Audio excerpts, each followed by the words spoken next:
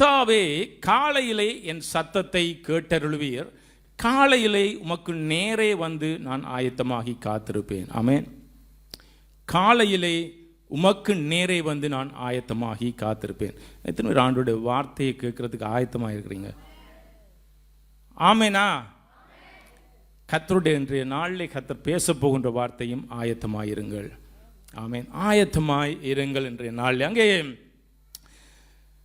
யோவான் 10வது அதிகாரம் 10வது வசனம் 10-11 நாங்கள் திருப்பி கொண்டோம் என்றால், யோவான் 10:11 இங்கே வாசிப்போமா?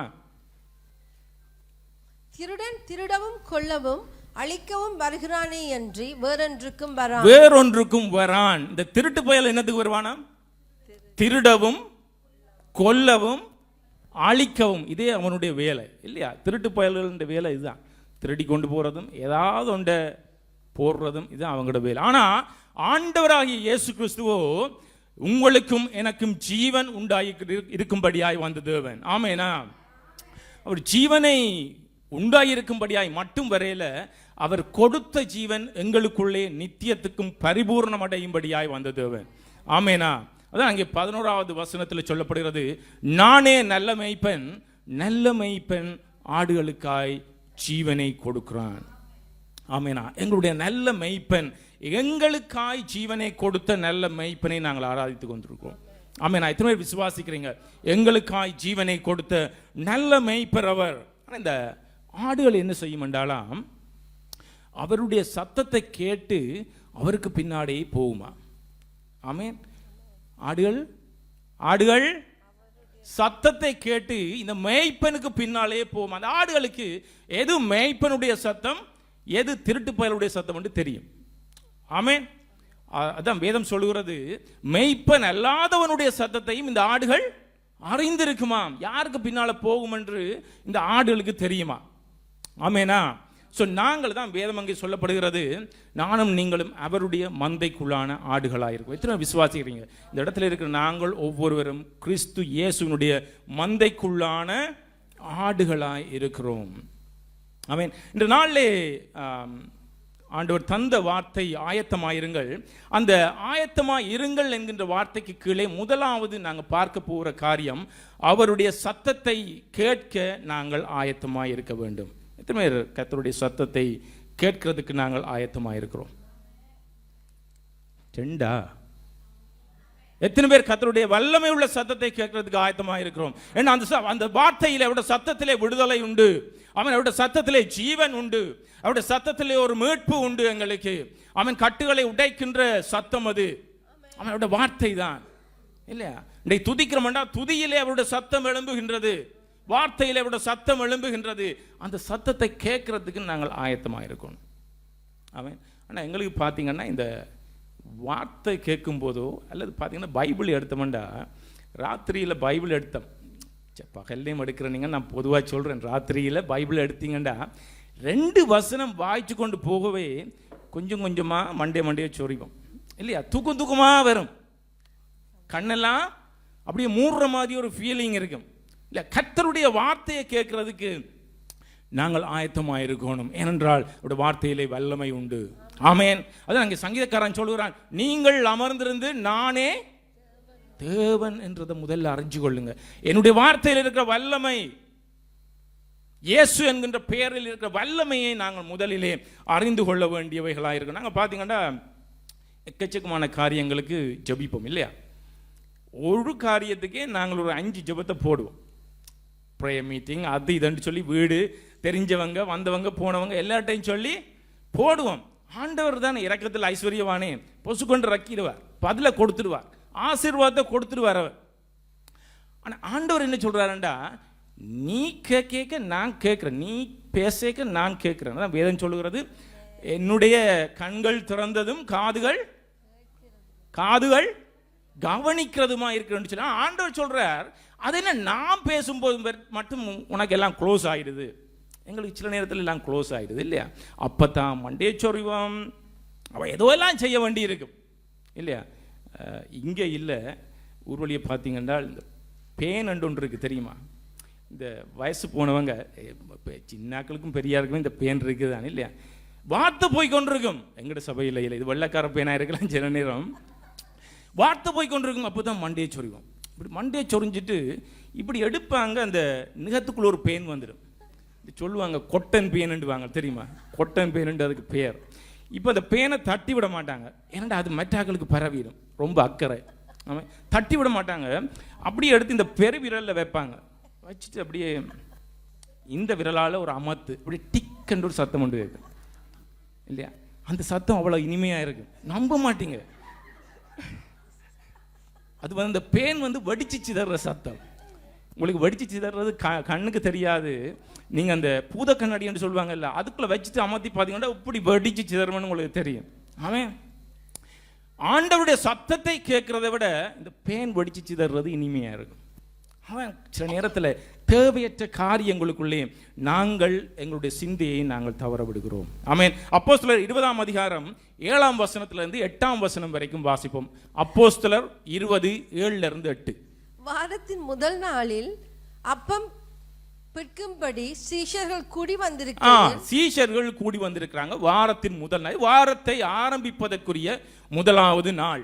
ஆமென். சீஷர்கள் அங்கே ஒன்று கூடி இருக்கிறாங்க. ஸோ இது ஒரு சபை ஒன்று கூடுதலை குறிக்கிறது இல்லையா? சபையாய் இந்த சீஷர்கள் மட்டுமல்ல, சீஷர்களோடு சேர்ந்து வேறு ஜனங்களும் ஒன்று கூடி இருக்கிறாங்க. கர்த்தருடைய நாமத்தை உயர்த்துவதற்கு, அவர் செய்த நன்மைகளுக்கு நாங்கள் நன்றி செலுத்துவதற்கு, அவரை ஆராதிப்பதற்கு, அவருடைய வல்லமையை நாங்கள் பெற்றுக்கொள்வதற்கு, அவருடைய விடுதலையை பெற்றுக்கொள்ள வேண்டும் என்ற ஒரு நோக்கம் அங்கே ஒன்று கூடி இருக்கிறாங்க. அதில் பார்த்தீங்கன்னா அப்பம் பிற்கும்படி, ஸோ அங்கே அவருடைய மரணத்தையும் அந்த அற்புதமான உயிர்த்தெழுதலையும் நினைவு கூறும்படியாய் அங்கே ஒன்று கூடியிருக்கிறாங்க. ஆமென். எங்கெல்லாம் கர்த்தருடைய நாமத்தின் நிமித்தம் நாங்கள் ஒன்று கூடுகிறோமோ அங்கெல்லாம் அவருடைய மரணம், எங்களுக்காய் பாவத்தை சுமந்து சிலுவையிலே தன்னை ஒப்பு கொடுத்த அந்த மரணமும் அற்புதமான உயிர்த்தெழுதலும் நினைவு கூறப்பட வேண்டும். அதான் ஆண்டவர் வேதம் சொல்லுகிறது இல்லையா? ஸோ இங்கே அப்பம் பிற்கும்படி இவர்கள் ஒன்று கூடி இருக்கிறாங்க. அங்கே பார்த்தீங்கன்னா பவுல் மறுநாளிலே புறப்பட வேண்டும் என்று இருந்து அவர்களுடனே சம்பாஷித்து நடுராத்திரி வரைக்கும் பிரசங்கிக்கிறான். பவுல் வந்து ரொம்ப வல்லமையான ஒரு பிரசங்கி இல்லையா? அங்கே கர்த்தருடைய ஜீவனை கட்டவிழ்கின்றான், விடுதலையை கட்டவிழ்கிற ஒரு வல்லமையான ஒரு பிரசங்கம் அங்கே நடுராத்திரி வரைக்கும் போய்கொண்டிருக்கிறது. அவ்வளவு அடுத்த நாள் வெளிக்கிடணும். இதுக்கிடையில நான் கொடுக்கின்ற விடுதலையை நான் கொடுக்கின்றோம், இதுக்கிடையில நான் இயேசு கிறிஸ்துவினுடைய அன்பை நான் விதைக்க வேண்டும் என்ற ஒரு வாஞ்ச ஒரு வெறியோட அவன் அங்கே வார்த்தையை கொடுத்து கொண்டிருக்கிறான். 8வது வசனம், அவர்கள் கூடியிருந்த மேல் வீட்டிலே அநேக விளக்குகள் வைத்திருந்தார். இந்த மேல் வீட்டிலே அநேக விளக்குகள் வைத்திருக்கிறது. ஆமென். அங்கே சொல்லப்படுகிறது முதல் வார்த்தையில நடுராத்திரி வரைக்கும் பிரசங்கித்தான். ஸோ அங்கே நடுராத்திரி இருள் சூழ்ந்த நேரம் இல்லையா? இருள் சூழ்ந்த நேரத்தில், அந்தகார இருள் சூழ்ந்த நேரத்தில் அங்கே அந்த மேல் வீட்டறையில் இருக்கிற அறை மட்டும் வெளிச்சமாக இருக்குதா? ஆமென். எங்கெல்லாம் கர்த்தருடைய வார்த்தை பேசப்படுகிறதோ, எங்கெல்லாம் அவருடைய வார்த்தை விதைக்கப்படுகின்றதோ, எங்கெல்லாம் இயேசு கிறிஸ்துடைய வல்லமை கட்டவிழ்க்கப்படுகின்றதோ அங்கே இருளுக்கு அதிகாரம் இல்லை. ஆமென். அங்கே பலவீனத்துக்கு அதிகாரம் இல்லை, அங்கே இருளுக்கு அதிகாரம் இல்லை. அது வெளிச்சம் நிறைந்த இடமாய் இருக்கும். ஆமென். அதுபோலதான் அந்த மேல் வீட்டறையிலே வெளிச்சம் நிறைந்த இடமாய் இருக்கின்றது. ஆமெனா? ஆமெனா? ஆமென். கர்த்தர் நல்லவராய் இருக்கிறார். அங்கே அடுத்த 9வது வசனத்தை வாசிப்போம். அதுக்கு முன்பாக ஒரு இந்த மைக்கு ஒரு யூத் மகன்கிட்டயோ மகள்கிட்டயோ கொடுக்குறீங்களா என்றா? இது அவர்கள் வாசிக்கும் போது அவர்களுக்கும் இது கூடுதலாக விளங்கும் என்று நான் விசுவாசிக்கிறேன். சகோதரன் வாசிக்கிறீங்களா? And in a window sat a certain young man named Eutychus, who was sinking into a deep sleep. He was overcome by sleep, and as Paul continued speaking, he fell down from the 3rd story and was taken up dead. தமிழ்ல வாசிக்கிறீங்களா? அப்பொழுது Eutychus என்னும் பெயர் கொண்ட ஒரு வாலிபன், ஆமா, Eutychus என்னும் பெயர் கொண்ட ஒரு வாலிபன் எண்ணலில் உட்கார்ந்திருக்கின்றான். ஆமென். இந்த நம்முடைய வாலிப பிள்ளைகளை போல ஒரு வாலிபன் தான். ஆனால் நம்முடைய வாலிப பிள்ளைகளை போலன்னு நான் சொல்ல மாட்டேன். ஏன்னா எங்கள் எல்லாருக்குமே தெரியும், எங்களுடைய வாலிப பிள்ளைகளுடைய ஆவிக்குரிய எழுப்புதலும் அவருடைய ஆவிக்குரிய வளர்ச்சியும் எங்கள் எல்லாருக்குமே தெரியும் இல்லையா? இந்த ஒரு சிறிய கூட்டமாக இருந்தாலும் அவர்கள் கர்த்தருக்கென்று தங்களை ஒப்பு கொடுத்து கர்த்தருடைய இயேசப்பாவுடைய அன்பை சுமக்கின்ற ஒரு வாலிப கூட்டம். ஆமென். வாலிப பிள்ளைகள். ஆனால் இங்கே ஐத்தியோ என்ன செய்கிறான்? அங்கே ஜன்னலில் உட்கார்ந்திருந்து, இந்த ஐத்திகு தெரிஞ்செடுத்த இடம் என்ன இடம்? ஜன்னலில் உட்கார்ந்திருந்து. புரியுதா? என்ன செய்வோம்? ஜன்னலில் உட்கார்ந்திருந்து விடுப்பு பார்க்கிற இடம். ஆமேனா? எங்களுடைய சிந்தையை தவற விடுகின்ற இடம், எங்களுடைய சிந்தையை அந்தகார இருளிலே தொலைக்கின்ற இடம். இதுதான் ஜன்னல் கரியோட. நான் நீங்க இருக்கிற இடத்தை சொல்லி இல்லையா? இது கர்த்தருடைய சரீரமாகிய சபை. ஆமேனா? நீங்க இங்க இருக்கிற அதே ஆவியானவர் தான் அங்கேயும் இருப்பார். இங்க கிடைக்கின்ற அதே ஆவியானுடைய விடுதலை தான் அந்த ரூம்ல இருக்கிற அந்த மகள் மத்தியிலும் கிடைக்கும். ஆமென். இது கர்த்தருடைய சரீரமாகிய சபை. இந்த இடத்திலே ஆவியானுடைய அசைவு இருக்கின்றது. ஆனால் நாங்க இருக்கின்ற இடம் எந்த இடம்? எங்களுடைய சிந்தை இருக்கின்ற இடம். சில நேரத்தில் பார்த்தீங்கன்னா சர்வீஸ் தொடங்கிடும், நாங்க இருப்போம், அதுல எந்த ஒரு மாற்றம் இல்லை, எல்லாருமே பார்ப்பாங்க. ஆனால் நம்முடைய இந்த சிந்தை இருக்கே, அது ஷாப்பிங் முடிச்சுட்டு வந்துடும். ஆமேனா? இந்த இங்கிலீஷில் சொல்லுவாங்க விண்டோ ஷாப்பிங், அந்த எண்ணல் ஓர ஷாப்பிங். ஆமேனா? அதை முடிச்சுட்டு வந்து எங்களோட சிந்தைகள் அலைந்து கொண்டிருக்கும். கர்த்தருடைய சத்தத்தை கேட்பதற்கு தடை பண்ணுகிற இடம் அது எண்ணல் இடம். ஆமென். நாளில் நாங்கள் சிந்திக்க வேண்டிய எங்களுடைய சிந்தைகளை நாங்கள் வார்த்தை நேரம் நாங்கள் எங்கே தவற விடுகின்றோம். இந்த படிக்கிற காலத்தில், ஸ்கூலில் படிக்கிற காலத்தில் இந்த டியூஷன் சென்டர்ஸுக்கு போவோம். ஆமாம், அங்கே ஏராளமான நிறைய ஸ்டூடெண்ட்ஸ் வருவாங்க. நாங்கள் போய் ஒரு இடத்தை தெரிஞ்சு எடுத்துருவோம். இதில் யாருக்கும் இதை விடுறே இல்லை. முதல் போய் நாங்கள் அதில் இருந்துடுவோம். அந்த ஞாபக பேர் இருப்பாங்க. அந்த நாங்கள் தெரிஞ்செடுக்கிற இடம் இந்த மனுஷி பார்க்குறாங்கன்னா நான் சொல்லலை இது வரைக்கும். இந்த தெரிஞ்செடுக்கிற இடம் நாங்கள் எப்படி லேசாக எஸ்கேப் ஆகி போகலாம். வாத்தியார் படிப்பிச்சு கொண்டிருப்பார், நாங்கள் எஸ்கேப் ஆகி போகிறதுக்குரிய இடம் தான். வாத்தியாரோட சத்தத்தை எங்களுக்கு கேட்காது. எங்களுக்கு கேட்காதுன்றதை விட எங்களுக்கு கேட்குற ஐடியாவும் இல்லை அந்த டைமில். ஆமேனா? வெளிக்கிட்டு போயிடுவான். ஆனால் வார்த்தையை கேட்டு அதன்படி செய்கிறவனும் அவன் சோதனையை வல்லமையாய் நம்பிக்கையோடு எதிர்கொண்டுருவான். அவன் பாஸ் பண்ணிடுவான், என்ஜினியரும் ஆயிடுவான், டாக்டரும் ஆயிடுவான். ஆனால் நாம் வாத்தியார்கிட்ட சொல்ல கேட்குறே இல்லை. ஆமேனா? சோதனை வரும், போய் உட்கார்ந்துருவோம், சோதனை நம்மளை போட்டு தள்ளிட்டு போய் கொண்டிருக்கோம். ஆமேனா? அது மாதிரி தான் ஆண்டவருடைய வார்த்தைக்கு நாங்கள் சத்தம் கேட்டு அதன்படி நாங்கள் யுத்தத்துக்கு எங்களை ஒப்பு கொடுக்கணும். ஆமென். எங்களுக்கு யுத்தம் உண்டு. அந்த யுத்தத்துக்கு கர்த்தருடைய சத்தத்தின்படி நாங்கள் ஒப்பு கொடுக்க வேண்டிய பிள்ளைகளாக இருக்கிறோம். ஆமேனா? ஆமேனா? ஆமேன். ஸோ இவன் அங்கே கர்த்தருடைய சத்தத்தை கேட்பதற்கு ஒரு ஆயத்தம் இல்லாத ஒரு மகனாய் அந்த இடத்திலே காணப்பட்டான். மெத்தையிலிருந்து கீழே விழுந்து மரித்தவனாய் எடுக்கப்பட்டான். ஆனால் ஆண்டவர் தான் கிருபையில் நிறைஞ்சவராச்சே, இரக்கம் நிறைஞ்சவராச்சே, மறுபடியும் அவனை உயிர்க்க வைத்தார். ஆமேன்.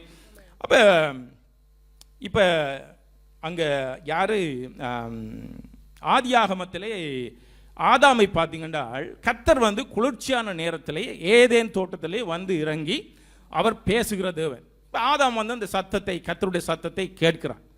ஆனால் அங்கே இது ஆதியாகமம் 3வது அதிகாரம் 8வது வசனம், அதுக்கு முன்பாக நாங்கள் பார்த்தோம் என்றால் அதுக்கு போகிறதுக்கு முதலாவது அவருடைய சத்தத்தை கேட்க நாங்கள் ஆயத்தமாக இருக்க வேண்டும். அதில் முதலாவது பாயிண்ட் ஒன்று இருக்கின்றது. ஒரு உறவின் அடிப்படையிலே அவர் இறங்கி பேசுகின்றார். என்னோடும் உங்களோடும் இந்த ராத்திரி நேரத்தில் அவர் இறங்கி பேசுகிறாரா இருந்தால் அந்த சத்தம் கேட்குதுண்டா அவர் உங்கள் மீதும் என் மீதும் வைத்த உறவின் அடிப்படையிலே இறங்கி பேசுகிறார். ஆமென். அங்கே ஆதியாகமத்தில் பார்த்தீங்கன்னா ஆதியாகமம் 3ஆம் அதிகாரம் 8ஆம் வசனத்திலே வாசிப்போமா? பகலில் குளிர்ச்சியான வேளையிலே தோட்டத்தில் உலாவுகிற தேவனாகிய கர்த்தருடைய சத்தத்தை அவர்கள் கேட்டார்கள். அப்பொழுது ஆதாமும் அவன் மனைவியும் தேவனாகிய கர்த்தருடைய சந்நிதிக்கு விலகி தோட்டத்தின் விருட்சங்களுக்குள்ளே ஒளித்துக் கொண்டார்கள், ஓடி ஒளிந்து கொண்டார்கள். ஏனென்றால் அவர்கள் கர்த்தருடைய சத்தத்தை கேட்பதற்கு ஆயத்தமாய் இல்லை. அவருடைய கீழ்ப்படியாமல் அவருடைய பாவ அழுக்கினாலே அவருடைய சிந்தையை சத்துருவின் கையிலே அலையவிட்ட காரணத்தினாலே அவர்கள் அங்கே கர்த்தருடைய சத்தத்தை கேட்பதற்கு ஆயத்தமாய் இல்லை. இன்ற நாளில் நாங்களும் ஆதாமை போல இருக்கிறோமா? இல்லை. நாங்கள் தைரியமாக அவருடைய கிருபாசன தண்டையிலே நாங்கள் பிரவேசித்து அவரோடு நாங்கள் பேசுவதற்கு நாங்கள் தயாராக இருக்கிறோமா? எப்படிப்பட்ட சிந்தையோடு, எப்படிப்பட்ட இருதயத்தோடு நாங்கள் இருக்கின்றோம்? நாங்கள் எங்களை ஆராய்ந்து பார்க்க வேண்டிய பிள்ளைகளாக இருக்கிறோம். ஸோ முதலாவது அவர் எங்கள் மத்தியிலே ஒரு உறவின் அடிப்படையிலே பேசுகின்றார். ரெண்டாவது பாயிண்ட், நாங்கள் கடந்து வருகிற சூழ்நிலைகளிலிருந்து எங்களை விடுதலையாக்கும்படியாய் அவர் பேசுகின்றார். நாங்கள் என்ன எக்கச்சக்கமான சூழ்நிலைகளில் நாங்கள் கடந்து வந்து கொண்டிருக்கலாம். ஆனால் கர்த்தர் எங்களோடு வந்து பேசுகிறார் என்ற ஆராதனையிலே ஆண்டவருடைய அந்த பிரசன்ஸ் ஒன்று பேசிச்சுது. என்ன, நான் கடந்து வந்த சூழ்நிலைகளுக்குள் இருந்து என்னை விடுதலையாக்கி என்னை பலப்படுத்தும்படியாய் வந்து பேசிய வார்த்தை. அது சத்தம். அது உங்களுடைய சிந்தையிலே கேட்க வேண்டும், அது ஆவியிலே கேட்க வேண்டும் அந்த சத்தத்தை. ஆமேனா? ஸோ ரெண்டாவது, அவர் நாங்கள் கடந்து வருகிற சூழ்நிலைகளில் இருந்து எங்களை விடுவிக்கும்படியாய் வந்து பேசுகிறார். அப்போஸ்தலர் 16வது அதிகாரம் 25 26 வரைக்கும் வாசிப்போம். நடுராத்திரியிலே பவுலும் சீலாவும் ஜெபம் பண்ணி தேவனை துதித்து பாடினார்கள். காவலில் வைக்கப்பட்டவர்கள் அதை கேட்டுக்கொண்டிருந்தார்கள். ஆமென். சடுதியிலே சிறைச்சாலையின் அஸ்திவாரங்கள் அசையும்படியாக பூமி மிகவும் அதிர்ந்தது. உடனே கதவுகள் எல்லாம் திறவுண்டது, எல்லோருடைய கட்டுக்களும் கலன்று போயிற்று. ஆமென். சோ இங்க பவுலும் சீலாவையும் தூக்கி சிறையில போட்டுட்டாங்க. அவருடைய கைகள் கால்கள் கட்டப்பட்ட நிலையிலே அவர்கள் சிறைக்குள்ள போட்டு சும்மா விடுவாங்க. அந்த காலத்தில் அடித்து துன்புறுத்தி சவுக்காலை அடித்து அவங்களை கேவலப்படுத்தி அவமானப்படுத்தி துக்கப்படுத்தி துன்பப்படுத்தி சிறையிலே போட்டார்கள். ஆனால் அவர்களுடைய சூழ்நிலைகளை கர்த்தர் காண்கிறதவன் இல்லையா? அவர்கள் இருக்கின்ற சூழ்நிலையில் இருந்து கர்த்தரை துதிக்கிறாங்க. யாருக்கு மனம் வரும் அப்படி துதிக்கிறதுக்கு? இருக்கிற சூழ்நிலையிலிருந்து கர்த்தரை துதிக்கிறார்கள். அப்படி துதிக்கும் போது அதை வந்து எல்லாருமே கேட்டுக்கொண்டிருக்கிறாங்களாம். அப்படி துதிக்கும் போது நடந்த காரியம், சடுதியிலே சிறைச்சாலையின் அஸ்திபாரங்கள் அசையும்படியாய் பூமி அதிர்ந்தது. ஆமென். அங்கே கதவுகள் எல்லாம் திறவுண்டது. கர்த்தருடைய அது வந்து சத்தம். கர்த்தர் வந்து உங்களோட பேசுறது மட்டுமே இல்லை, கர்த்தர் சத்தத்தை எழுப்பி அவன் ஒரு மெல்லிய காற்று கூடாக அவர் பேசுகிறது. அவன் இது பூமியெல்லாம் அதிரும்படியான ஒரு சத்தம், அஸ்திபாரங்களை அசைக்கின்ற ஒரு சத்தம், அவர்கள் கடந்து வந்த சூழ்நிலைகளை அசைக்கின்ற சத்தம். ஆமேனா? சங்கீதக்காரன் சொல்லுகிறான், வனாந்தரங்களை அதிர பண்ணுகிற சத்தம், கேதுரு மரங்களை முறிக்கின்ற சத்தம், அது அக்கினி ஜுவாலைகளை பிளக்கின்ற சத்தம், காடுகளை வெளியாக்குகின்ற சத்தமா, இருளை அகற்றி வெளிச்சத்துக்கு கொண்டு வருகின்ற சத்தம். அங்கே பவுலும் சீலாவும் கடந்து வந்த அந்த இருளை அகற்றி அவர்களை வெளிச்சத்துக்குள்ளே கதவுகளையும் கட்டுகளையும் உடைத்து அஸ்திவாரங்களை நடுங்க செய்து அவர்களை வெளியே தூக்கி கொண்டு வந்தது கர்த்தருடைய சத்தம். ஆமென். எத்தனை விசுவாசிக்கிறீங்க? இந்த நாளிலே கர்த்தருடைய சத்தம் உங்களுக்கு கேட்குமாக இருந்தால் உங்களுடைய சூழ்நிலைகள் மாறும். அதுக்கு நாங்கள் எண்ணல் கரையோரத்தில் நாங்கள் இருக்கப்படாது. ஆமேனா? ஆமேனா? ஹல்லேலூயா. கர்த்தர் நல்லவராக இருக்கிறார். ஸோ முதலாவது நாங்கள் பார்த்தோம், அவர் உறவின் அடிப்படையில் இறங்கி வந்து பேசுகிறவர். ரெண்டாவது, நாங்கள் கடந்து வருகின்ற சூழ்நிலைகளில் இருந்து எங்களை விடுவிக்கும்படியாய் வந்து பேசுகிறவர். மூன்றாவது இம்பார்ட்டன்ட், இது என்னுடைய ஒழுங்கீனங்களை ஒழுங்குபடுத்தும்படியாய். உங்களுடையது இல்லை, எல்லாம் நல்லவங்க இல்லையா? நான் பாவி. என்னுடைய ஒழுங்கீனங்களை ஒழுங்குபடுத்தும்படியாய் வந்து பேசுகிறது. இப்படி சத்தம் வார்த்தை கேட்குதுன்றால் அநேக தடவைகளில் இங்கே கொடுத்த வார்த்தைகளில் கூட அதை நாங்கள் ஒப்பு கொடுக்கும் போது என்னுடைய ஒழுங்கினங்களை ஒழுங்குபடுத்தும்படியாக அநேகந்தரம் வந்து பேசியிருக்கிறார் ஆண்டவர். ஆமேனா? அங்கே அடுத்த வசனம் 2 சாமுவேல் 11:2 வாசிப்போம். ஒரு நாள் சாயங்காலத்தில் தாவீது தன் படுக்கையிலிருந்து எழுந்து அரண்மனை உப்பரிகையின் மேல் உலாத்திக் கொண்டிருந்த போது ஸ்நானம் பண்ணுகிற ஒரு ஸ்திரியை உப்பரிகையின் மேலிருந்து கண்டான். அந்த ஸ்திரீ வெகு சௌந்தரவதியாயிருந்தாள். ஆமென். தாவீதுனுடைய வாழ்க்கையை பார்த்தீங்கன்னா எல்லாம் ஒழுங்காக தான் போய்கொண்டிருக்கு. ட்ரக்கெல்லாம் போகுது, ட்ரக்கை விட்டு வெளியிட போகையில். ஆமேனா? ட்ரக்கெல்லாம் போய்கொண்டிருக்குது. ஆனால் எப்போ இந்த எண்ணல் ஓரத்தில் போய் நிற்க வலிக்கிட்டானோ அதிலிருந்து எல்லாம் ஒழுங்கீனமாக மாறி போச்சு. ஆமேனா? புரியுதா நான் சொல்கிறது? எண்ணலோரம் நோட் எண்ணலோரம், நான் சொல்கிற எண்ணலோரம். ஆமேனா? எப்போ அவனுடைய பார்வை அந்த உப்பரிகை மொட்டை மாடியிலிருந்து எட்டி பார்க்க வலிக்கிட்டானோ, அவனுடைய சிந்தையை அலைய விட்டானோ, அப்போ அவனுடைய ஒழுங்காக வந்த வாழ்க்கையெல்லாம் ஒழுங்கீனமாக மாறுகின்றது. அங்கே நாத்தான் தீர்க்கதரிசியை அனுப்பி கர்த்தர் வந்து தாவீதோடு பேசுகின்றார். அதை நாங்கள் பார்ப்போம். 2 சாமுவேல் 12:9-13. கர்த்தருடைய பார்வைக்கு பொல்லாப்பான இந்த காரியத்தை செய்து அவருடைய வார்த்தையை நீ அசட்டை பண்ணியது என்ன? என்னுடைய சத்தத்தை நீ அசட்டை பண்ணியது என்ன? இன்னைக்கு நாங்கள் இந்த இடத்துல இருக்கிறோம், கூடியிருக்கிறோம், கர்த்தருடைய வார்த்தையை கேட்கிறோம். நீங்கள் அசட்டை பண்ணுறீங்களன்னு நான் சொல்லல, ஆனால் எங்களுக்கு தான் தெரியும் நான் அசட்டை பண்ணுகிறேனா என்னுடைய சிந்தை எந்த இடத்துல இருக்கின்றது? என்னுடைய சிந்தையை நான் எண்ணலோரத்தில் அலைய விட்டேனாக இருந்தால் நான் அவருடைய வல்லமை உள்ள வார்த்தையை, விடுதலை கொடுக்கின்ற வார்த்தையை, ஜீவன் கொடுக்கின்ற வார்த்தையை நான் அசட்டை பண்ணுகிறேன். அங்கே கர்த்தருடைய வார்த்தை நாத்தானுக்கு கூடத்தான் பேசுகிறது. நீ என்னுடைய வார்த்தையை அசட்டை பண்ணியது என்ன? இவன் செய்தது, சவுலும் பாவம் செய்தான். ஆமேனா? ஆனால் தாவீது என்ன, இது எனக்கு நான் நினைக்கிறேன், தாவீது செய்த பாவம் வந்து ஒரு பெரிய ஒரு பாவம். சவுல் வந்து கர்த்தருடைய வார்த்தையை கேட்கல, ஆமாம் அதுவும் பெரிய பாவம், கர்த்தருடைய பார்வையில் அது பெரிய பாவம்.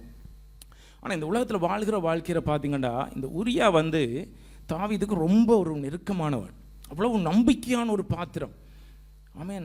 தாவீது சொல்கிறான், நீ போய் இந்த வீட்டுக்கு போகண்டவன் சொல்கிறான், நீங்கள் இவ்வளவு கஷ்டத்தில் இருக்கீங்க, நான் உங்களை விட்டுட்டெல்லாம் நான் போக மாட்டேன்.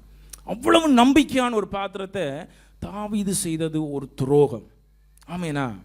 அவருடைய மனைவியையும் வைத்து இவனை பட்டயத்தாலே அங்கே யுத்தத்துக்கு அனுப்பி கொலை செய்யணும். இவ்வளவு பெரிய பாவம். அது கர்த்தருடைய பார்வையிலே பொல்லாப்பாய் தெரிந்தது. அதான் அங்கே வந்து சொல்ல, பொல்லாப்பான இந்த காரியத்தை நீ செய்தது என்ன? உடனே என்ன செய்கிறான் அவன்? இதான் கர்த்தருடைய சத்தம் பேசுது. உடனே என்ன செய்கிறான்? அவன் செய்த பாவத்தை உணர்ந்து அங்கே கூனி குறுகி தகுதி இல்லாதவனா நிற்கிறான். உடனே பாவத்தை ஒப்பு கொடுக்கிறான். அங்கே 13வது வசனத்தில் சொல்லப்படுகிறது, நான் கர்த்தருக்கு விரோதமாய் பாவம் செய்தேன், ஒப்பு கொடுக்கின்ற, நானும் நீங்களும் செய்த பாவத்தை ஒப்பு கொடுக்கும்படியாய் கர்த்தருடைய சத்தம் எங்களுக்கு கேட்கின்றது. அதுக்கு நாங்கள் தயாராக இருக்கத்தான் வேணும். நான் எல்லாம் பாவம் செய்யலை ஆண்டவரே, என்ன சொல்கிறீங்க, இவன் தான் பாவம் செய்கிறான் நாங்கள் சொல்லுவோம் இல்லையா? ஆண்டவர் சொல்கிறான், நீ முதல் உன்னை திருத்திக்கொள், உன் கண்ணில் இருக்கிற உத்திரத்தை புடுங்கி எடு. வராதுதான் அது சும்மா நீ தண்ணியை போட்டு கழுவினா வராது, நீ புடுங்கி தான் எடுக்கணும். சில நேரத்தில் நாங்கள் புடுங்கி தான் எடுக்கணும். ஆமேனா? புண்ணாக்கு தின்ன வைப்பார் சில நேரம். ஆமேனா? அங்கே இளையகுமார்னு புண்ணாக்கு திண்டாத்தான், தவிடும் புண்ணாக்கும் திண்டாத்தான் புத்தி தெளியும், இல்லையாண்டா தெளியாது நமக்கு. ஸோ நாங்கள் எங்களை கர்த்தரிடத்திலே நாங்கள் ஒப்பு கொடுக்க வேண்டிய பிள்ளைகளாக இருக்கிறோம். என்னுடைய ஒழுங்கீனங்களை ஒழுங்குபடுத்துகிற தேவனவர். 4வது காரியம், அவருடைய சத்தத்தை கேட்க நாங்கள் ஆயத்தமாக இருக்கணும். உறவின் அடிப்படையிலே அவர் பேசுகின்றார். நாங்கள் கடந்து வருகிற சூழ்நிலைகளில் இருந்து எங்களை விடுவிக்க வந்து பேசுகின்றார். என்னுடைய ஒழுங்கீனங்களை ஒழுங்குபடுத்தும்படியாக வந்து பேசுகின்றார்.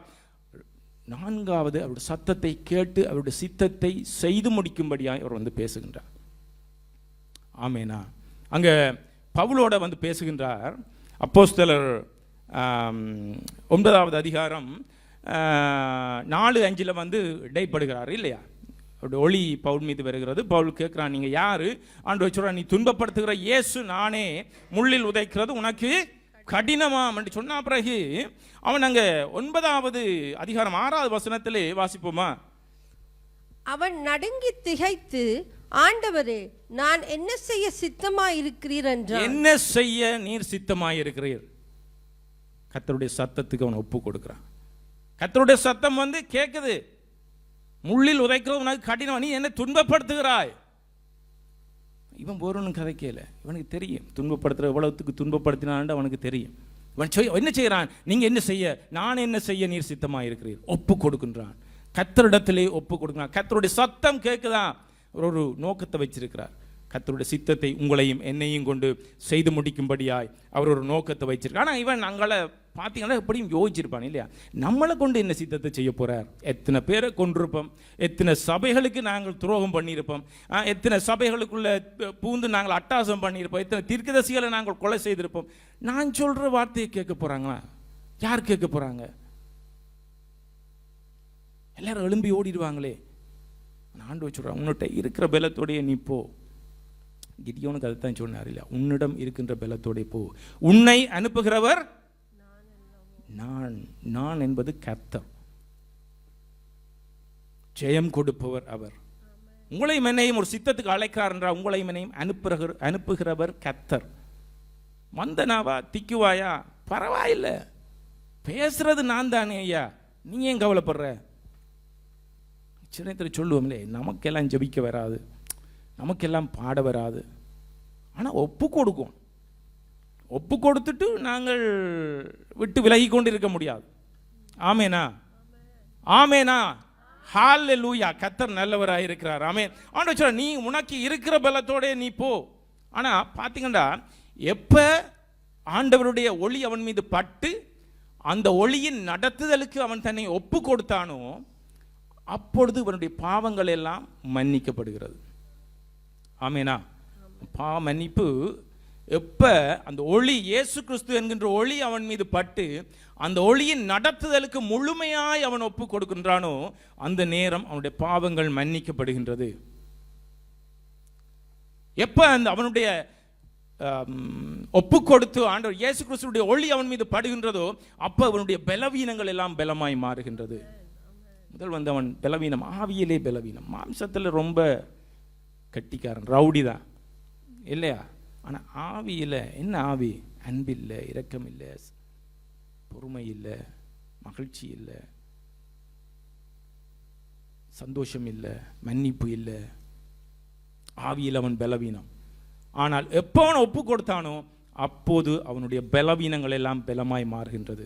இந்த பலம் இயேசு கிறிஸ்துவினால் கிடைத்த பலம், இயேசு கிறிஸ்துவினுடைய ரட்சிப்பினால் கிடைத்த பலம், அவருடைய விடுதலையினால் கிடைத்த பலம். இந்த பலம்தான், இந்த ரட்சிப்பினால் கிடைத்த அந்த பலத்தை வச்சு கொண்டுதான் பவுல் அத்தனை ஓட்டங்களையும் ஓடி முடிச்சான். பவுல் ஓடின ஓட்டம் சும்மா இல்லை இல்லையா? முடியும் வரைக்கும் ஓடி முடிச்சது அந்த ரட்சிப்பினால் கிடைத்த பலம்.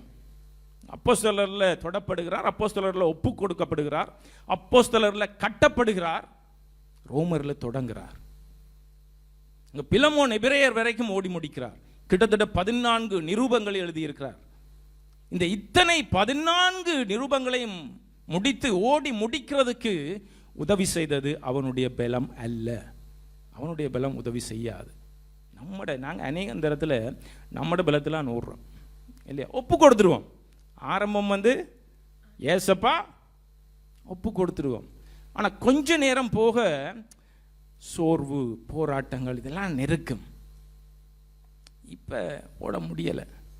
என்ன செய்வோம்? அப்படியே கலப்பேரை பிடிச்சு கொண்டு பார்த்துக்க, ஏசப்பா இதுக்கு ஒப்பு கொடுத்துட்டேன், முடியாமல் கிடக்கு, வேற ஏதாவது வச்சிருக்கிறீங்களா எனக்கு? கேட்போமா இல்லையா? ஆண்டவர் சொல்லுவா, கலப்பையிலே கையை வைத்து பின்னிட்டு திரும்பி பார்க்குற எவனும் பரலோக ராஜ்யத்துக்கு தகுதியானவன் அல்ல. ஒப்பு கொடுத்தோமா, முடிவு பரியந்தம் நிலைத்திருந்து ஓடுவதற்கு நாங்கள் ஒப்பு கொடுக்க வேண்டிய பிள்ளைகளாக இருக்கிறோம். ஆமேனா?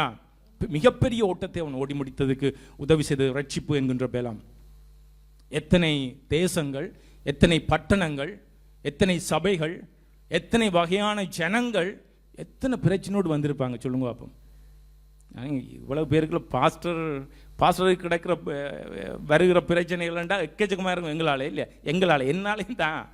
அவன் எத்தனை சபைகளை உருவாக்கினான், எத்தனை பிரச்சனைகளை சந்திச்சிருப்பான், எத்தனை விடுதலைகள், எத்தனை ரட்சிப்புகளை கொடுத்திருப்பான், எத்தனை பிசாசுகளை துரத்தி இருப்பான் சொல்லுங்க பாப்போம். ஐட்டமாக வந்திருக்கும் பிசாசு எல்லாம், ஒவ்வொரு வகை வகையாக வந்திருக்கும் பிசாசு. நமக்கு ஒரு பிசாசையும் ஹேண்டில் பண்ண முடியலை. ஆமேனா? ஒரு பிசாசுக்கே நாம் ஆடி போயிடுறோம்.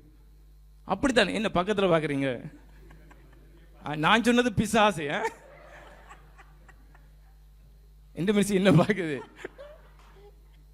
ஆமேனா? எத்தனை பிசாசுகளை அவன் மேற்கொண்டிருப்பான். எல்லாத்துக்கும் கிடைத்தது இயேசு கிறிஸ்துவுடைய ரட்சிப்பினால் கிடைத்த பலம்.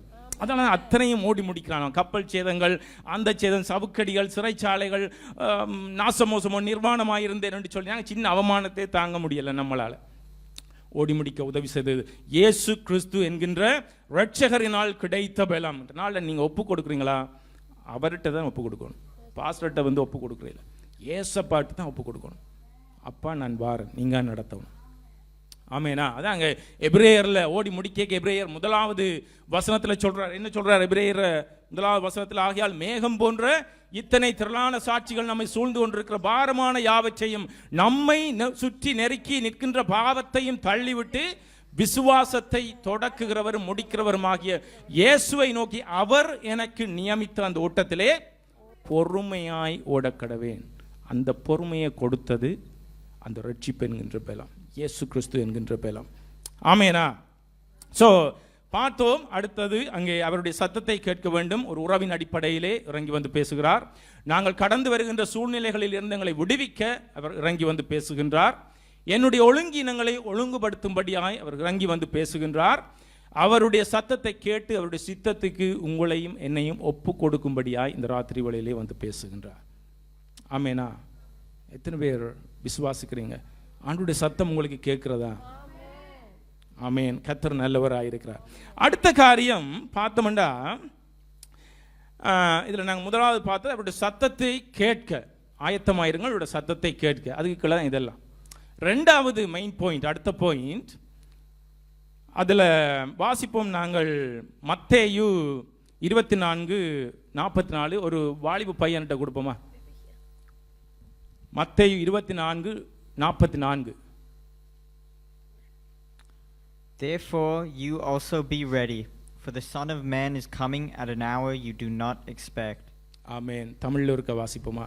நீங்கள் நினையாத நாளிகையிலே மனுஷகுமாரன் வருவார், ஆதலால் நீங்களும் ஆயத்தமாயிருங்கள். ஆமென். சோ இங்கே மத்தேயு 24:44 சொல்லப்படுவது, நீங்கள் நினையாத நாளிகையிலே மனுஷகுமாரன் வருவார், ஆகையால் நீங்களும் ஆயத்தமாயிருங்கள். சோ அதுல ரெண்டாவது மெயின் பாயிண்ட், அவரோடு எடுத்துக்கொள்ளப்படுவதற்கு நானும் நீங்களும் ஆயத்தமாயிருக்க வேண்டும். ஆமாம். நான் இதை யூத் வாசிக்க சொல்லி கேட்டேன். அவர்கள் கூடுதலாக இங்கிலீஷில் எல்லாம் கேட்கிறபடியால் அவர்கள் வாசிக்கும் போது அதை இலகுவாக அவர்கள் அண்டர்ஸ்டாண்ட் பண்ணக்கூடியதாக இருக்கும். ஆமென். ஸோ இங்கே நினையாத நாளிகையிலே மனுஷகுமாரன் வருவார், ஆகையால் நானும் நீங்களும் அவரோடு எடுத்துக்கொள்ளப்படுவதற்கு நாங்கள் ஆயத்தமாக இருக்க வேண்டிய பிள்ளைகளாக இருக்கிறோம். ஏசப்பா வருவார் என்ற எத்தனை விசுவாசிக்கிறீங்க? வேதம் சொல்லுகிறது, அவர் மிகுந்த வல்லமையோடும் மகத்துவத்தோடும் மாட்சியோடும் அவர் வந்து இறங்குவாராம். ஆமென். அங்கே இதில் இல்லை, ஆனால் வேதம் சொல்லுகிறது, அங்கே கிழக்கிலிருந்து மேற்கு வரைக்கும் மின்னல் எப்படி பிரகாசிக்கின்றதோ அப்படிப்பட்ட ஒரு வல்லமையா, அப்படிப்பட்ட ஒரு பிரகாசத்தோடு ஆண்டவருடைய வருகை எங்கள் மத்தியிலே இருக்கும் என்று சொல்லி அங்கே வேதம் சொல்லுகிறது. ஆமென். இதை பற்றி, இந்த அவருடைய வருகையை பற்றி ஆயத்தமாக இருக்கும்படியாய் அங்கே ஏசப்பா மாற்கு 13வது அதிகாரம் 35 37 வரைக்கும், 35 37. அப்படியே நீங்களும் விழித்திருங்கள், ஏனெனில் வீட்டஜமான் சாயங்காலத்திலோ நடுராத்திரியிலோ சேவல் கூவும் நேரத்திலோ காலையிலோ எப்பொழுது வருவார் என்று நீங்கள் அறியீர்களே. அப்படி ஒரு யுத்தத்தை ஒருக்கா கொடுக்குறீங்களா இதையும் வாசிக்கிறதுக்கு? Watch therefore, for you do not know when the master of the house is coming, in the evening, at midnight, at the crowing of the rooster, or in the morning, lest, coming suddenly, he find you sleeping. Amen. So அப்படியே நீங்கள் விழித்திருங்கள். ஏன் விழித்திருக்கட்டாம்? ஏனெனில் வீட்டெஜமான் சாயங்காலத்திலோ நடுராத்திரியிலோ சேவல் கூவும் நேரத்திலோ காலையிலோ எப்பொழுது வருவான் என்று எங்களுக்கு தெரியாது. ஒரு எஜமானை பற்றி குறிப்பிடப்படுகிறது. நீங்கள் நினையாத வேளையிலே அவன் வந்து உங்களை தூங்குகிறவர்களாய் காணாதபடிக்கு, தூங்குகிறவர்களாய், எண்ணல் ஓரத்தில் சிந்திய நாங்கள் தவற விட்டமாக இருந்தால் தூங்குகிறவர்களாய் தான் இருப்போம். ஆமேனா? தூங்குகிறவர்களாய் காணாதபடிக்கு விழித்திருங்கள். உலகத்துக்கு சொல்லுகிறது தான் நானும் உங்களுக்கு சொல்றேன் என்று சொல்லி ஆண்டவர் அடுத்த வசனத்திலே அங்கே சொல்லுகிறார்.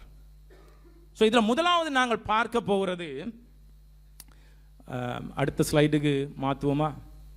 சாயங்காலத்திலோ முதலாவது நாங்கள் ஆயத்தமாக இருக்க வேண்டும் அவரோடு எடுத்துக்கொள்ளப்படுவதற்கு. நம்ம முதலாவது ஆண்டவர் பேசுகிறார் சாயங்காலம்.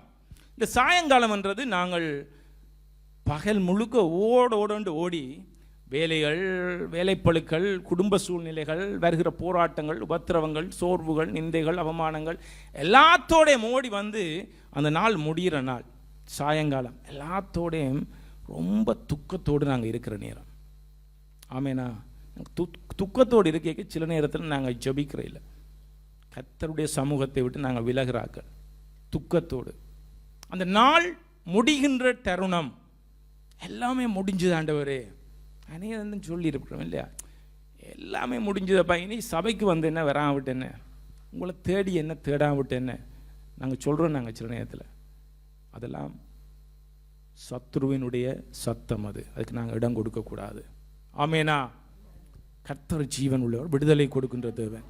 இது சாயங்காலத்திலே நாங்கள் துக்கத்தோடு வந்திருக்கிற நேரத்திலும், ஜெபத்திலே தரித்திராமல் விழித்திருந்து ஜெபிக்காமல் நாங்கள் இருக்கிற நேரத்திலும் ஆண்டவர் என்னையும் உங்களையும் தன்னோடு எடுத்துக்கொள்ளும்படியாய் கர்த்தர் வருவார்.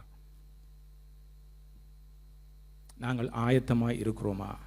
அதான் அங்கே அங்கால ஏசப்பா வந்து பேதுரு யாக்கோபு யோவானை அழைத்து கொண்டு அங்கே ஜெபிக்கிறதுக்கு சொல்லி காட்டி கொடுக்கப்படுகிற அன்றைய நாள் ராத்திரி அந்த சாயங்காலத்திலே அழைத்து கொண்டு செல்கிறார். இவர்களோடு சேர்ந்து இவர்களுக்கு பேதுருவுக்கும் யாக்கோபு யோவானுக்கும் கடந்து வருகிற சூழ்நிலைகள், அவருடைய வேதனையை அவர் கொடுத்து அந்த பேதுரு யாக்கோபோடு பேசும்படியா இவர் அழைத்து கொண்டு செல்கிறார் இல்லையா. அங்கே நாங்கள் சொல்லப்படுகிறது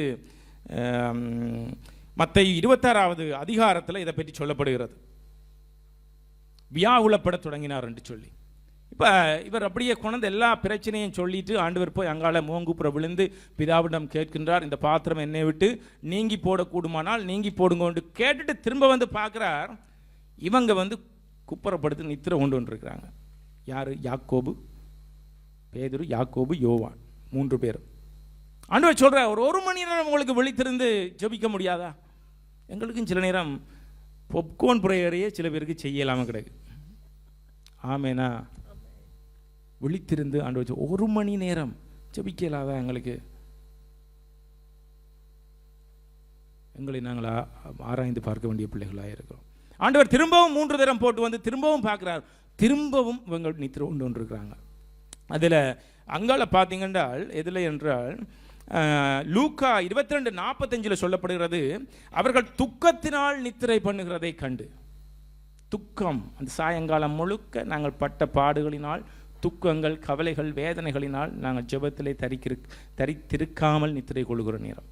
அந்த நேரத்திலும் ஆண்டவர் உங்களையும் என்னையும் தேடி வரலாம். நானும் நீங்களும் அவரோடு எடுத்துக்கொள்ளப்படுவதற்கு நாங்கள் ஆயத்தமாக இருக்கிறோமா? எங்களை நாங்கள் ஆராய்ந்து பார்க்க வேண்டிய பிள்ளைகளாக இருக்கிறோம். ஆமென். அங்கால 25வது ஸ்லைடுக்கு போமா, ஒரு ஸ்லைடை விட்டு அடுத்ததுக்கு போமா. அடுத்தது 2வது சேவல் கூவுகின்ற நேரம். எடுத்துக்கொள்ளப்படுவதற்கு ஆயத்தமா? சாயங்காலம் வரலாம். அடுத்தது சேவல் கூவுகின்ற நேரம். இதை நமக்கு எலாம் அடிக்கிற நேரம். ஆமாண்ணா, எத்தனை பேருக்கு எலாம் அடிக்கிறது? நான் எல்லாம் 3 எலாம் வைப்பேன். 5 நிமிஷத்தில் எலாம் வைப்பேன். அந்த 5 ஆஃப் பண்ணி போட்டு ஒற்றை கண்ணால் திறந்து ஆஃப் பண்ணி போட்டு படுத்து நித்திர ஆயிரும் இல்லையா. பாவத்திலே தூங்குகின்ற நேரம் அது. எல்லாம் அடிக்கும். கொஞ்சம் நல்லா இருக்கு, நான் அனுபவிக்கின்ற பாவம் நல்லா இருக்கு அப்படி நாங்கள் நினைக்கிறாங்க. பாவத்திலே தூங்குகின்ற நேரம் அது. எல்லாம் அடிக்கின்ற நேரம். நீ பாவம் செய்தது போதும், விழித்தெழு, எங்களை மனம் திருந்தும்படியாய் உந்துகின்ற நேரம் அது. சேவல் கூவும் நேரம். நான் நடுராத்திரியை விட்டுட்டேன், நான் பிறகு வாரேன்னா சேவல் கூவும் நேரம் அது. இந்த ஓர்டர்லாம் போகணும்னு நினைச்சேன், சேவல் கூவும் நேரம் முன்னுக்கு வந்துட்டு. ஆமேனா? ஸோ இன்று நாளில் நாங்கள் அந்த சேவல் கூவு, எங்களுக்கு எல்லாம் அடிக்கின்ற நேரம் கர்த்தர் எங்களுக்கு உணர்த்துவார். நீ போய்கொண்டிருக்கின்ற பாதை தவறு, உன்னை நீ திருத்திக் கொள்ள வேண்டும். கர்த்தரை நான் மறுதலிக்கின்ற நேரம், அதான் சேவல் கூவுகின்ற நேரம். அங்கே பார்த்தீங்கன்றால் பேதுரு திரும்ப திரும்ப திரும்ப இரவிரவா மறுதலிக்கின்றான் ஏசப்பாவை. அங்கே மூப்பரும் யார் பிரதான ஆசாரியரும் ஏசப்பாவை இழுத்துக்கொண்டு செல்லும்போது அங்கே சொல்கிறாங்க, கூடி சுற்றி இருந்தவங்க சொல்கிறாங்க, இவனும் ஏசப்பாவோடு இருந்தவன் அல்லவோ, கலிலேயன் அல்லவோ. வேதம் சொல்லுகிறது, அவன் மறுதலிக்கவும் சபிக்கவும் தொடங்கினான் என்று சொல்லி. கர்த்தருடைய ரட்சிப்பை விட்டு விலகுகின்ற நேரம். அந்த நேரத்திலும் கர்த்தருடைய சத்தம் கேட்கும், நீ போய்கொண்டிருக்கிற பாதை பிழை, நீ உன்னை மாற்றிக்கொள்ளு.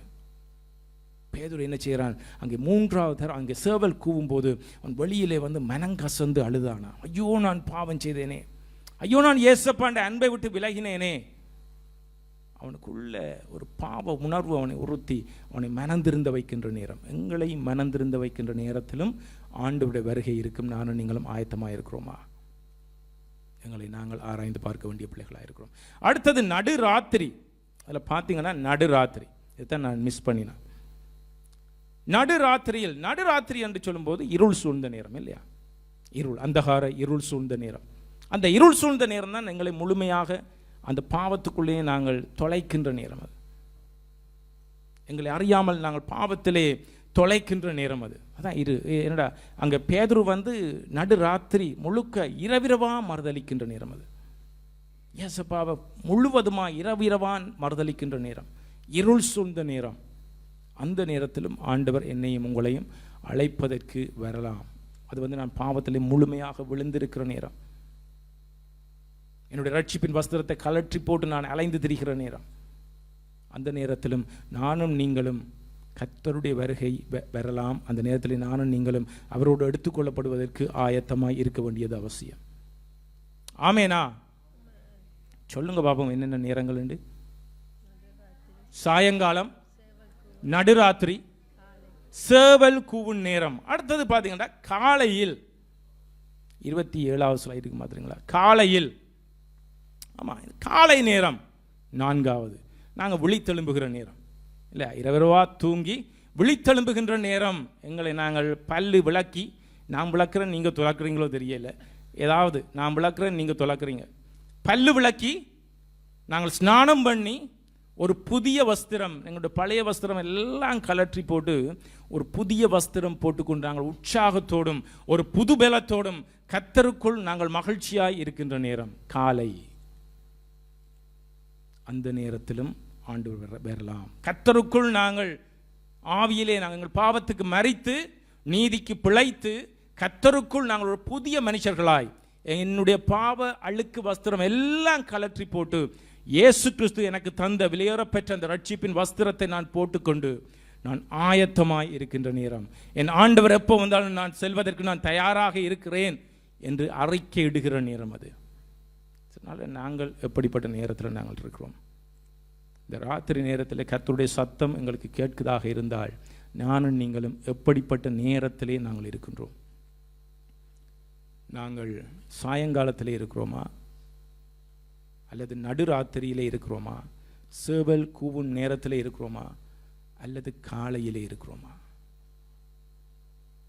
அவருடைய ரட்சிப்பின் வஸ்திரத்தை நாங்கள் கலற்றி போடாத பிள்ளைகளாய் நாங்கள் இருக்கும்படியாய் கர்த்தர் என்ற நாளிலே எங்களோடு பேசிக்கொண்டிருக்கிறோம். எந்நேரமும் நாங்கள் கர்த்தருக்குள் நாங்கள் மகிழ்ச்சியாக இருக்க வேண்டும்.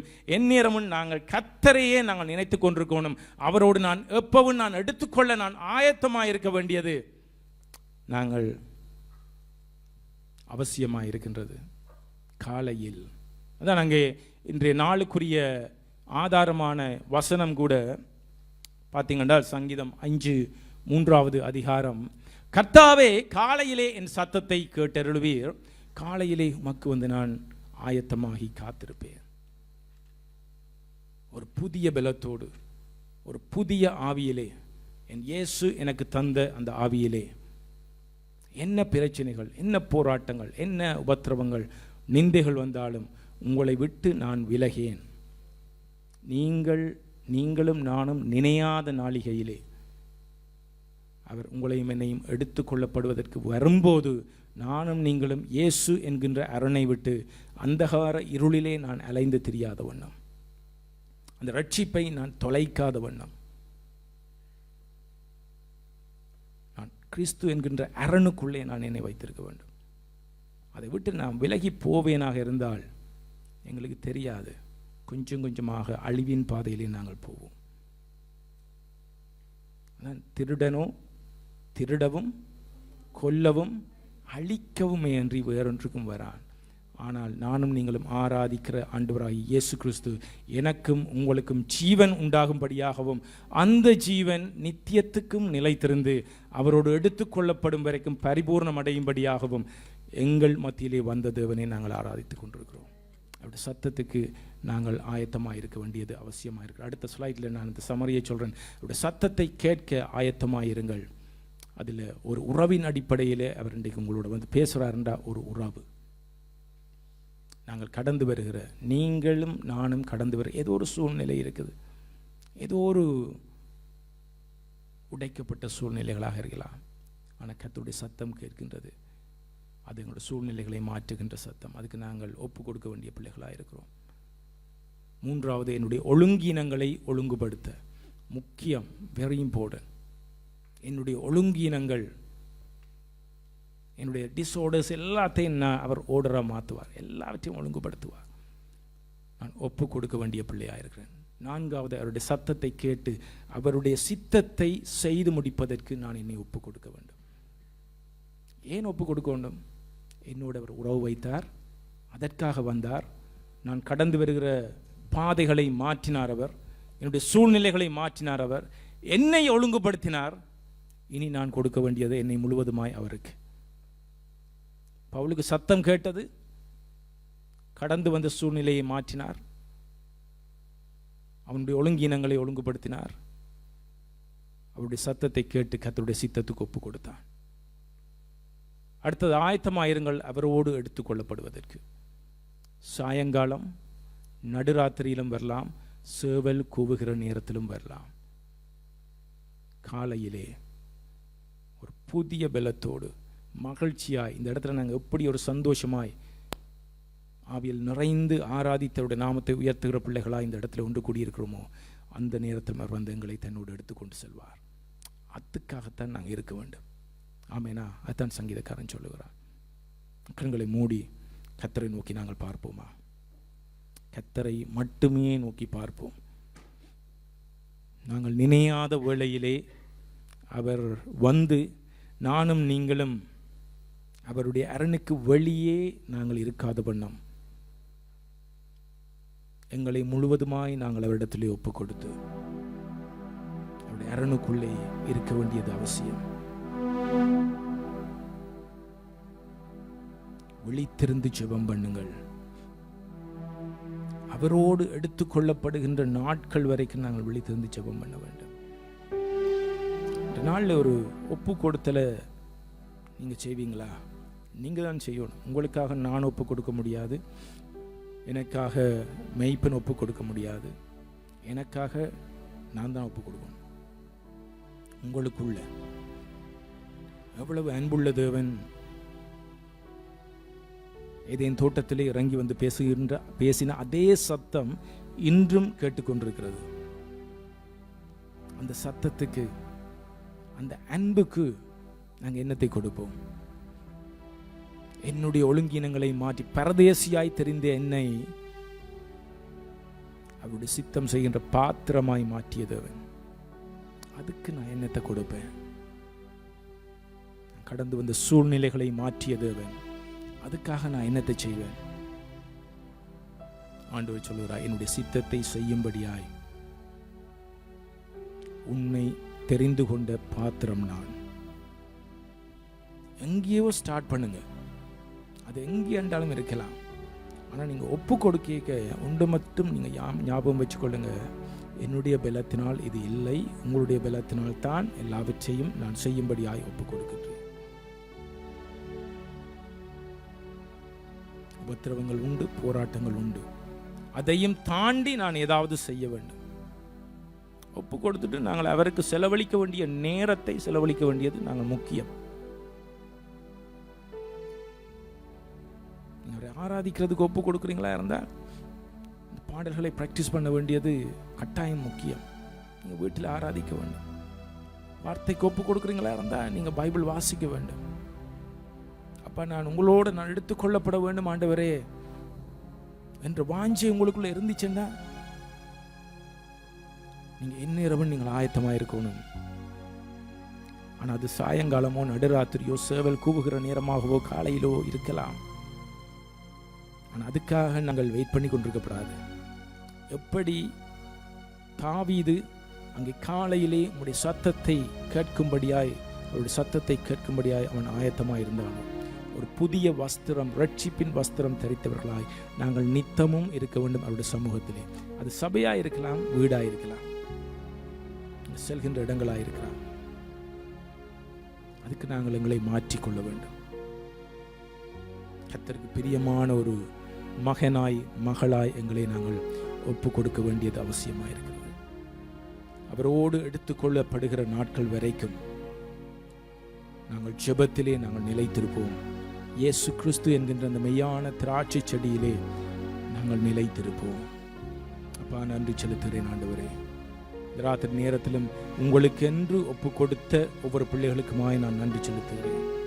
நீங்கள் பேசிய சத்தத்துக்காய் நன்றி அப்பா. எங்களோடு நீங்கள் இடைப்பட்டீங்க, ஒழுங்கீனங்களை நீங்கள் ஒழுங்குபடுத்தினீங்க ஆண்டவரே. இன்னும் அப்பா நீங்கள் என்னை புடமிட்டு நடத்துங்க ஆண்டவரே. எங்கள் ஒவ்வொருவரையும் உங்களுடைய சித்தம் செய்கிற பிள்ளைகளாய் எங்களை மறுரூபத்துக்குள் அழைத்து செல்லுங்க. நன்றி என்று சொல்லுகிறேன் அப்பா. எல்லாவற்றையும் உங்களுடைய அன்பு நேசக்கரத்திலே நான் ஒப்பு கொடுத்து ஜெபம் கேட்கிறேன் எங்கள் நல்ல பிதாவே. ஆமென், ஆமென். அடுத்த காரியத்துக்காக நான் கடந்து சொல்லுவோம்.